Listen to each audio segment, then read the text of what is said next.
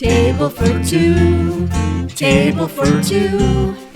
Having fun, playing games, just me and you. Welcome to the Table for Two show. I'm Phil. And I am Jane, and welcome to our show again. And thank you for all of our viewers who are watching today. And we do appreciate you, as you very well know. Yes. But one quick reminder. If you're subscribed to us on YouTube, thank you. If you're not, why not think about it? Yeah, just click the little subscribe. It helps us. But also, if you are subscribed, I don't know if you all know this. I think I mentioned it a while ago. If you don't click that little bell, you won't get notified that we've posted new videos. Now, you probably know if you're a constant viewer that we post every Sunday now. But, we just want a reminder. It just gives you a little bit of, guess what? Jane and Phil posted a new show. And then you can be reminded to watch it. So Yeah, we're not going to pester you with anything else. We're like 3,300 hours of video right now. We're waiting for getting at 4,000, and I don't know if it's going to happen, but you never know. Yep. So anyway, that's just a little please and thank you, if you can. Anyway, today we're looking at a really cool game. Yes. That another disclaimer to the show. Yes, we sometimes show games that have been out for a while, but sometimes you don't know that. And a lot of people say, hey, I've never heard of that game before, even though the gaming community in general, like at Gen Con, know all about it probably. But some people don't know about these games, so we thought we'd bring them up. And the one we're going to show today it's actually below right now. And now it's above. Now it's above. It's above and below. Above and below. Now you might say, why did they pick this game? Oh my gosh, there's this lady named John D. Yes. Every time I hear the words, or I look at the game, all I hear is her voice. And here's why. As you know, we listen to Eat Chit Dice, the podcast, which we absolutely adore. And I would say last year, maybe, and I didn't count, so John D, don't get mad at me, but I would say at least 4 or 5 times they've mentioned this game on the show. And I just kept saying, I gotta try that game, We bought it, and it's been sitting in our pile. Yes. And we finally played it, and we were so mad that we didn't play it earlier. Yes. Because it's so good.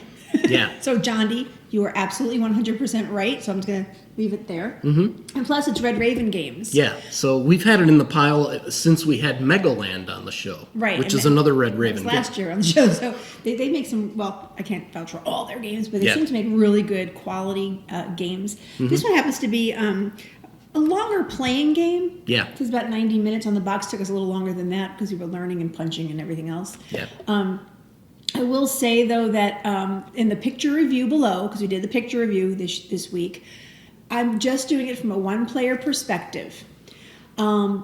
Because there's a lot of back and forth. There's a lot of things going on in this game, and it just was going to be really difficult to take that many pictures, plus the fact that you would have been bored to death with 300 pictures probably. So I try to make sure I captured a one-player point of view, but and making sure I show all the different options you have in the game. So that's I think it's a well-rounded picture review, but take a look. There's a link below. Yeah. And don't forget, you don't have to be a Facebook person to look at the picture review. Yeah. So that makes it sound a little intimidating, but it's not a hard game. It's just that there's a lot to kind of lay out on the table. And how many people can play it? 2 to 4. So we could bring friends. Yes. It played very well with 2. Very well with 2. That's what I was worried about, because when you look at all the components, you'll see that in a minute, you're like, ooh, this has got a lot of stuff. I hope it's going to be okay with 2 players. Yeah. It was great. Yeah, Why don't you tell the story? But before you tell the story, the story of what the game's about. This week we're going back to wine, folks. Yeah. Because that moonshine last week, I just know that's for company now. When company comes, I'm going to offer the moonshine. Yeah, I'm going to offer them that and offer them a ride home, too. Jeez, or sleep over. We have a guest room. However, I like the little tiny glasses that we had for the moonshine. Yeah, it's I thought cute. they're so cute. I thought, what else can we do with these little tiny glasses? And I thought, wine. Well, I found this. It actually makes me feel big. Look how cute. Barefoot. This is Barefoot. Barefoot's a very, I hate to say it like this, common vineyard. It's common. You see Barefoot like the grocery store, just to be fair, which is not a bad thing. Don't get offended. Don't be writing on us. It's a good wine. But I like this because they're shatterproof bottles. Yes. You could take this on the road, in the beach, in the lake, and wherever you go. Well, it has a picture of a beach right on it. It does, actually. And this is actually a Pinot Noir, but it's got notes of cherry and vanilla. 2 flavors I actually like. Okay. So I thought we should try this. And then, we get to have our own damn bottle. Here. Do I need a glass? Yeah, I need a glass. Yeah, but that's why I thought the little glass, because it's like, right? It's like, it's almost like a big pour with a little, there, shut up, Jane. Open this. open this up here. Okay, open mine. Take this one. Okay. 'Cause I can't get mine open. I love that the bottles are little plastic bottles. Let's see what the essence of the bottle is like. You know what? For barefoot wine, let me get my cap back so I don't spill. It actually smells really good. I shouldn't say that because I'm not criticizing barefoot, but you see it in like the grocery store. So Yeah. It's not like a $90 bottle of wine we got here. It's like, I think the whole pack was like $5.99 to be fair. But I'm going to try it. It does smell good. It's nice. I'm going to give kudos. This is good. Pinot Noir by Yeah. Barefoot. It's certainly better than the moonshine last week where it was like, Man, that's really good. But see, this does require some pizza. yeah. Maybe some with the red sauce. Okay. Now I'm thinking about dinner. I think we want to tell We have a dinner show to tonight. do though. Let's do the show, then we'll go to dinner. We're actually doing the show late Okay. tonight. Okay, so tell a story about what's this all about? It's above So- and below. Here we are, just living with our little family in our village. We have a family? And yes, We we've don't got a have little any family in the cats? village. There could be cats, yes. Turtle. And all of a sudden, barbarians attack the village, and they start burning everything. So we pack up and run for our lives. We run through the desert. We run over the mountains and the snow peaks. We swim through the sea with sharks. I'm not making this stuff up. It was actually in the story. And eventually we find a beautiful area where we decide we're going to settle, build a little house, and just start over. In Illinois. Yeah, perhaps in the prairie in Illinois. And there we are. We build our little house. Life is good. And It's all then good. we realize, hey, there's caverns underneath this house. Like the whole area is covered with caverns. So let's go exploring the caves. Below. Yes, Hence above and below. and below. And the goal of the game, guess what? You're sick of hearing this. Is to get victory points. Victory points. So you're Yes. by building the best area and the best below and Yes. the best up above and it's just victory points and reputation. Yes, Having a good reputation while you're doing all of this. So which it's helps you get victory points. to get victory points. So the game is extremely. I'll just say it's there's a lot to do, Yeah. but the lot to do goes pretty quickly after you figure what you're doing out. Like the first round, we're like, okay, reading the book a few times, but then Yeah. we're like, oh, we got this. This is pretty easy. Yeah. So we each get a character, by the way. So let me just give you a couple of pieces of information. This game has a lot of parts. Not like a ogre. It's not that kind of game. And actually, to be fair, we just did a review for GTM Magazine for Castles of Burgundy. That thing had a lot of parts. We Yes. loved that game, and Yeah. you'll check out our GTM review for that. By the way, that's another reason I picked up Above and Below. This is a little pack of cards that came with one of the GTM magazines I had. So that's actually when I actually bought it. Yeah. So I thought, Johnny said I was they got this. Yeah, it's like, how many more signs do we need that we should need to play buy this game? buy this game. So there are 7 rounds to the game. Yes. So I'm going to show you a couple of components. We're not going to go crazy on all these because you'll see them in the picture review. But this is basically the board we share. It's like like the game board, really. Yeah. But what happens here is you'll see there's little areas, and these little areas are the 7 rounds. So you have a little round marker wherever it went, and you're moving the round marker on each round, and after 7 rounds, the game is over. So that's one thing I am going to actually not complain. I don't want to say Yeah. complain. When you like a game a lot, and there's been games like this in the past we've had. Actually, a lot of the AEG games, which we're in love with, like Edge of Darkness and a few others, where you have to play games, rounds, and you only have so many rounds to play. Yeah. Maybe it's not Edge of Darkness, one of the other ones from AEG. And there's so many cool things you can do, and Yeah. you want to do them all. And you see things that, I want to get that, or I want to do this thing. Maybe I'll do this. And maybe you And all can't of a sudden it's get 7 rounds. And you're like, shit. Oh, excuse me. I cursed in you have to beep. Here we go No, maybe- again. You know what? Let's not beep. We're not for kids. Copa, We're not for Kappa. kids, right. Anyway, so the point, and we're drinking. So the point here is, well, we're not for kids. Yeah, we're not. We're for adults. So the long story short I'm making is you go to 7th round, you're like, oh man, if I only had more time, I would like to do this, that, and the other thing. So, let's just say you can't take a game like this and say, I'm going to make it 15 rounds. Yeah. Make your own damn rules when it comes to that. You could. You really could. Anyway, so this Yeah. does track the rounds. This also is where, I don't have any of these around, but I'll start with what we get. Each player starts out with their little house that they built. It's Yes. a card. Right? So With some beds on it. little couple of beds, 3 little beds on there, and that means you have 3 people in your little house right now, or town or village, whatever you want to call it. But then you get 3. It's gonna be hard to show, but I'll show you on the picture review. See a lot better. You get 3 starting villagers. everybody gets 3 starting villagers. They look different, Yep. but they're the same type of villagers. One is more like a builder. He's got a little hammer. One guy's got a quill, like he's a teacher. Yeah. And the other guy's just a guy. He's just a guy. But he's got a lot He more can options. work, he can explore, he can do stuff, but he's just a guy. He's just a guy. You also start with $7. $7, which you get lots more of that as you go along. Yep.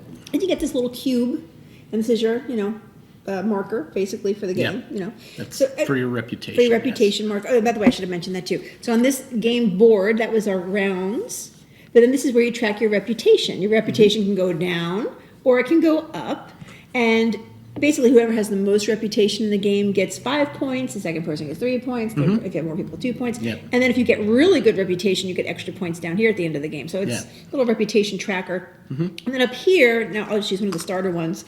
You'll always have a tableau of 5. There he goes there. 5 villagers. So there's a stack of these, and basically you have a stack, and then you replace the villagers as you buy villagers. But we'll explain that in a Yeah. little. Yeah. That's not very nice. If you acquire villagers. You train them. Yeah, and then there's this little cider thing. You have a little cider bin. But anyway, we'll talk about that in a minute. But Yep. it's just really cute. Then everybody gets a player board. Yes. And Phil loves the player board. To explain why. So there are a few things on the player board. So we're talking about villagers. You're starting villagers, and the ones you also train, you just collect them on the left side, and those are like your That's a ready to start go. area. That's Look your at your here. like Hey. ready and rested We're ready to villagers. go. They're Okay. ready to go. They're ready to do any of these actions up at the top. Actions. And that's the other thing I like about. So this is what I like about the player board. The actions are also right here. So it's easy. At first, it's like, oh, there's so much to remember in this game, but it's all kind of spelled out right here. So the first thing you can do on your turn is you can explore. My favorite part of the game. It is the favorite part. I should have started from the other side. No. This is the favorite part. My favorite part. Explore. So, and it has a little 2 there because you need 2 villagers to explore. Can I explain how to explore? Yes, you Because I so can. love it so much? Yes. Okay, so before we explain that, we'll get back to the other actions. We're going to talk about all the actions, but Yep. you have all these other cards.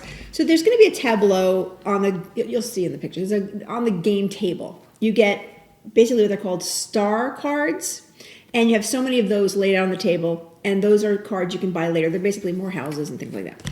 Then you have key cards, also more houses. Now on each, and you get so many of those. On each card, they have little special actions and things you can do and blah, blah, blah. But anyway, then you also have a generic house cards area or homes. And this one, though, you the tableau gets replaced. As you buy one, you replace it with another one in the deck. Or the other ones, you just get so many in the game to pick from. But then you get these cave cards. Yes. I love the cave cards. These actually just are stacked by the board, and they're face down. But when you want to do a explore action, the first thing you do is you take a cave card and you put it in your play area, and we'll explain more of that in just a minute. And then you have these cards, and I forgot what they're called. They're outposts. Outposts, right. So And- above ground you build right, buildings thank you. or houses. Below ground you build outposts. Outposts. And those are also they're also in a little tableau where you replace, and you can pick them and you buy them. And anyway, we'll talk about that in a minute. But Yeah. when it comes to that explore action, I'm so excited about the explore action. I do. Because I love playing RPGs, and we haven't played a real RPG in like so long. So anytime a game has some kind of an RPG kind of component, I get excited. Yeah. So when you want to do the explore action, you basically take this cave card, you put it next to your player board on the left, and then you have to, I was going to say his turtle. Anyway, as Philip said, I don't know who you are anymore. Wait, hold on. Let me take some of this. You have to. So if you have to have at least 2. You can use more, but you have to have at least 2 rested villagers that you can put on that cave card Right, because in order to explore. You're going to go exploring. You have to at least 2. You can put all 3 or more if you have more in the future. But the point is, you're putting them on the cave card. But then the best part is, you roll one. By the way, it comes with dice. Yep. You roll 1 die. Whatever that die roll is, at the bottom of the card, it gives you a number. So let's say I rolled a 4. This then says 65 next to it. What the hell does that mean? Well, Yeah. it means this. The encounter book. Do-do-do-do. So then whoever the other player is, or another player in the room, goes to storyline number 65. This is what I love about this game. I did so much exploring. But it will tell you, I won't read the whole thing, but basically it tells you like a thin woman. Why talk about a thin woman? Make me feel fat. Anyway, a thin woman with a wooden staff and dark cloak approaches you, blah, blah, blah. And then it gives you a whole story, and then it says, what do you want to do? Do you want to help that woman, or do you want to go to the tomb for yourself?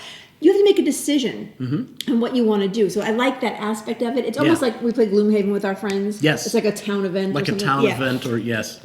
So then what you do is if you want to do one or the other of the items, or there could be 3 choices, whatever you have, you pick the choice. Then you roll your dice, 1 for each one of your explorers. Okay, so the way you win the thing. You win the thing. Yes. You win the scenario. Like so this one says, help the woman explore 3. Or explore 6. So what the heck does that mean? It means you either need 3 lanterns or 6 lanterns to accomplish that. How do you get those? Well, you roll a die for each one of your villagers that are in there. So in this villager, for example, if I roll a 2 or higher, I get 1 lantern. For this villager, if I roll 1 or higher, I get 1 lantern, and 3 or higher, I get 2 lanterns. So to be fair, the maximum I could get for this thing is 3 lanterns if I actually roll the dice properly. Yes. So I would go, I would get the Explorer 3. Yeah. Okay, so whatever that is, then it tells you what that gives you. If it gives you a prize, or you could just totally lose and not get anything. Right. So I love that aspect of it because it's kind of RPG-like.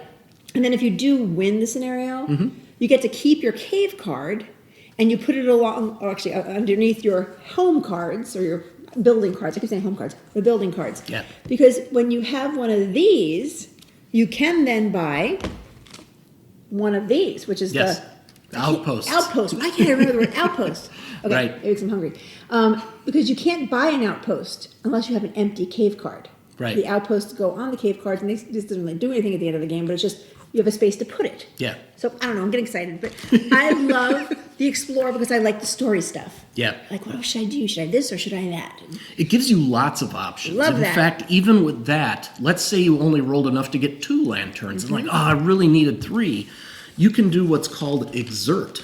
One of your villagers that were in the encounter, and then they go, instead of going just to exhausted, they go all the way to, it's sort of like injured. They're in the hospital. They're kind of hurt. They need to recoup, which then makes it a little more difficult to move them back over to being ready. And that's a good point. Anytime you use your villagers in an action, they get exhausted, unless, as Phil mentioned, Unless they you exert them, and then they get hurt and they go to the hospital. So that's the first thing you can do. You can explore, which I Yes. love that. Now, on each, I should mention on the very important time to say this. In each round, again, 7 rounds, each player takes a turn. There's a first player card that you switch back and forth during the game, but each player takes a turn and does 1 action. Yes.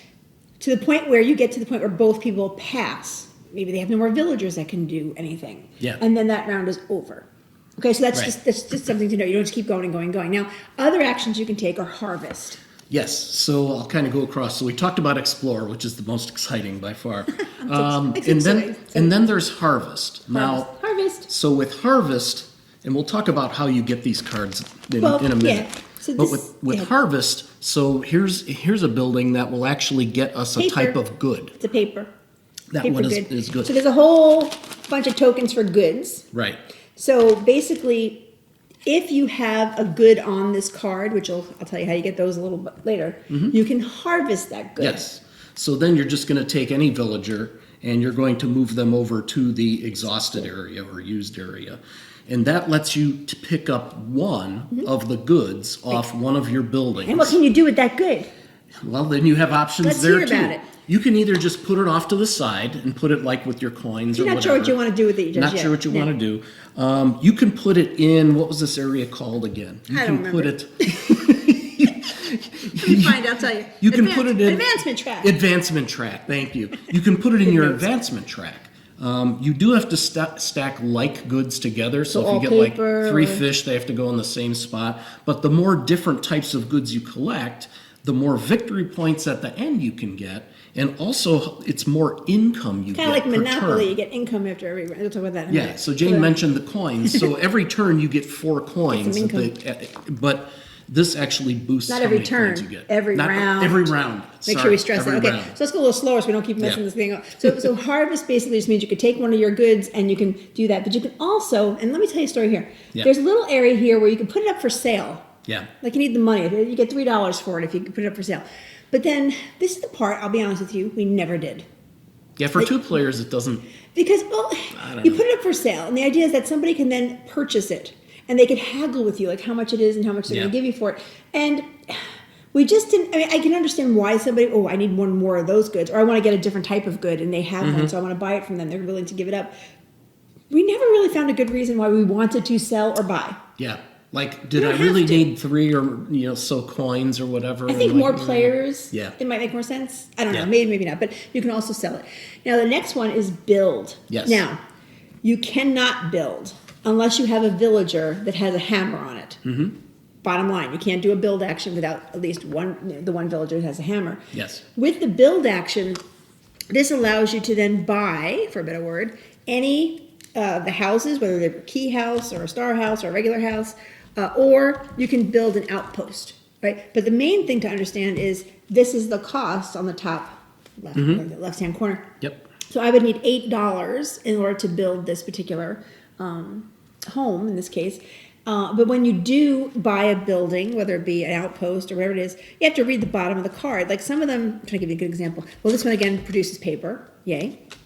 This outpost, for example, gives you $1 right away, but it also gives you 1 victory point at the end of the game for every one of these that you have. Yeah. So, I mean, you have to kind of look at the tableau of choices and go, okay, for the price I have and how much I could buy, what's going to give me more bang for my buck? Yeah. Whether it be for actions or, the end of the game victory point. And there's lots of options with those. Like Jing said, you can get something only when you buy it. I know. Build it. You can get something at the end of every round. Or you can get something at the end based on how many things you have. There's a lot of options with the build. And that's important too, because you have to really that's a little bit of the strategy part. What should I buy? What's going to make sense at the end? Yeah. I bought one card. I forget which one it was. It made no sense to me to buy. I don't know why. I just bought it. I thought, oh shoot, I shouldn't have bought that because I'll never get that and whatever. Yeah. So pay attention to what you're buying. Have a little strategy. Yeah. So. Now you can also train. Now to train though, you have to have the dude with the quill. He's like the teacher, or he can train people. Right. Now that's this one. That's when we mentioned here on the player board when you have the tableau of different villagers. So the villagers that you see, they cost $2. It sounds terrible. It's like the slave trade. $2, $3. You're training them. I know, but you got to pay to train. I don't get it. Yeah. $2, $3, $4, or $5 to get a laborer, basically, or a villager, to put into your village, I guess, or your world. And then the more of those you have, obviously, the next time you go to play, you can put more people to do more things. Right. You might pick up a villager that can train even more people, or be able to build more things. Or you might have one that just has more lanterns on it, and that's useful too. Because again, if you're an explorer, you can put as many as you want in there, as long as it's minimum of 2. Absolutely. So you might as well get some villagers. Yep. So the one thing though, it's kind of like, here I go reflecting other games. It's kind of like Ascension or any kind of card type, not card, but It's deck not, builder. Yeah, it's not really a deck builder in that you don't have a deck, but the thing is, when you get a villager, you always put it in the exhausted pile. Yes. Kind of like when you in Ascension, you pick up a card, you put it in your discard pile first before you can use it. So it's the same idea. They go into this. Basically, they're used already. Yeah, absolutely. Used and abused. Yeah. Last, and of course, there's only 2 things left you can do. One is that you can labor. Labor. You just get 1 coin. You drinking too much wine too. Yeah, I think so. You just get 1 coin, and anybody can labor. Yeah, so but 1 coin per villager that you put into the exhausted pile there. So there's each turn you have to say what's best for me, and plus you only have like in the beginning 3 villagers to use. Yeah. So you have to think what's best to use, and then as you get more villagers, you can do more things each turn, each round. But then once you did everything you could possibly do, you pass. Right. And it's possible that one person has like 5 villagers and one has 3, and one person just keeps playing if it's a 2-player game until he or she passes. And then when you're done, that round is over. Yeah. Now at the end of the round, there's some silly things like you got to move the round marker. I'm sorry. That's just obvious. Like you move the round marker. Okay, you're on round 2 or 3. There's one thing we didn't mention. There's a little thing called cider. So sometimes you gain the cider token. So the first person who does labor in the turn gets the what do you call it? The cider token. Yes. And really, all that does, what's a good thing is. The next step we'll talk about in a minute, you can actually pull somebody out of exhaustion into ready if you don't have enough beds. And we'll explain that in just a minute. But cider's a good thing. But you replace the cider if anybody had gotten it. You replace any villagers that were empty, the empty spots, right? I'm just looking at my notes really quick. There's so many things. Collect your income. And that's what Phil was saying. So everybody gets $4 every round. Yeah, that's why it has a big 4 all the way on the left here. Unless you have goods. If you, for every unique kind of good, then let's say I have 4 of them, I'm getting 7 income for a round instead of 4. Yep. And then if you had any building cards, where's that one go that I had here? If you have any building cards, actually that's not a good example at all. I'll show you definitely a good example. Here's one. Okay. That have the goods at the bottom, little good symbol, like this is a fruit. If it has that arrow, that means you get to replace the fruit. Unless you still have a fruit on there. So any cards that have no fruit, like you harvested it already, you get to replace it. So it's like more of a row, basically, I guess. Yeah. So you get to do that. And then you pass the first player card to the next player, and then they start the game, and that's it. I mean, I shouldn't say that's it. There's more to it. But it's just very fast-paced. But one thing that's important, actually, I didn't mention that, rest the villagers. Oh, forgot that part. So when you're done with your round, typically all of your villagers are either exhausted or they're in the hospital in a situation. Now, if you have that cider will allow you to move one of your people from the exhausted to the ready pile for the new game, but you may not have to use that cider. Because the long story short of it is, on your starter home card, there's 3 little beds. Those 3 beds mean 3 people can come out of exhaustion and into your, ready area. Yeah. No big deal. But you can buy other, I don't have any examples of one. Here's one. You can buy other cards where they have another bed. So that way you can pull more of your villagers out of exhausted into ready. But if you don't have enough beds, that's where the cider token can come in pretty handy. Yeah. If they're sick, however, Yes. and they're in the hospital, you can also move them with the cider from hospital to exhausted. Or with the potion you can I'm sorry, move with the them. potion. Yes. So we didn't talk about the potion yet. No. Actually, there's these little, where are they? I don't even know they are. Anyway, there's potion tokens. Yes. They're like little potions. And if you gain a potion token, you can bring hospital to exhausted. Right. And then from there, you can use your cider or your bed to move them from. Yeah. So anyway, potions are important to get them out of the hospital. Yeah. So that's an important thing. But I mean, it's just, I can't explain it. It's so easy, but yet it's got a lot. And I'm looking around thinking, is there anything else we didn't say? I don't think there is. There's just, I like a game where you can pick your own education. strategy and I'm just going to, in fact, when we played, I did a ton of exploring. I did so much exploring, I had a lot of empty cave and hardly any outposts. You keep talking. But it worked.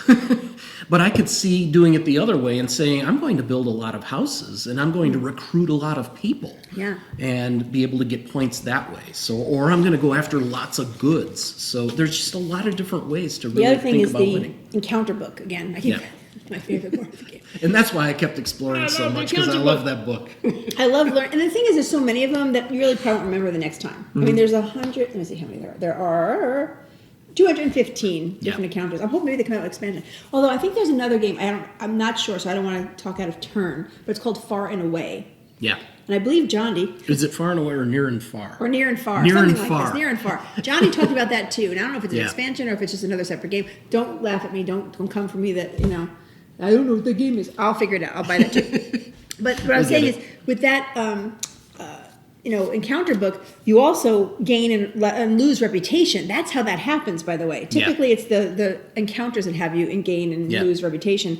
So at the end of the game, you go, okay, where am I at? And you get either so many points. You can kind of guess points. when you get a question, like if it's like, you find somebody peddling something, and do you just take their gold, or do you, actually like help them out? Yeah. I'm like, well, gee, if I take their gold, I'm probably going to lose reputation. Not always, but Phil's very talkative this show. I think he might have ate something. Anyway, because you know what? You really like this game too. I really did. You did. Yeah. Now the villagers, remember I told the people you could buy. There's also a bunch of different villagers. They're like special villagers. This one's a cat. You probably can't see it. We never got to use these. However, some encounters will say there's a special villager that you're dealing with, and you pull that particular token out. There's I think there's 6, if I'm not mistaken. Yeah.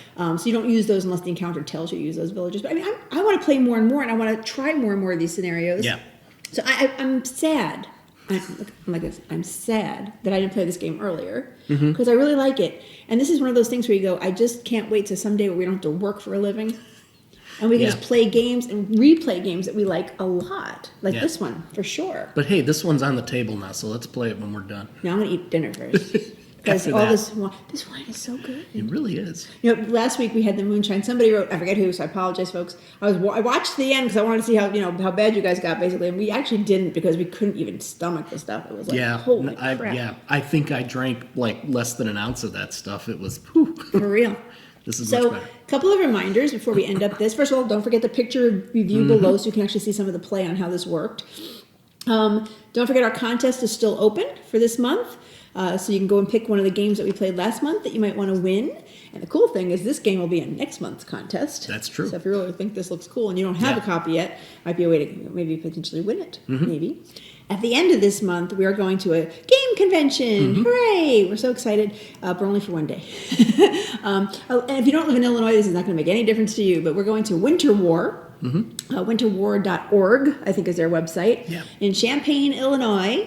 It's a small convention, but it's a really nice one, and lots of cool people there. We know a bunch of folks down there. Sure. And we also do an auction every there. Well, they have an auction, and we bring a ton of. We're actually bringing hopefully we're bringing 30-something games to auction, just because we have too many games.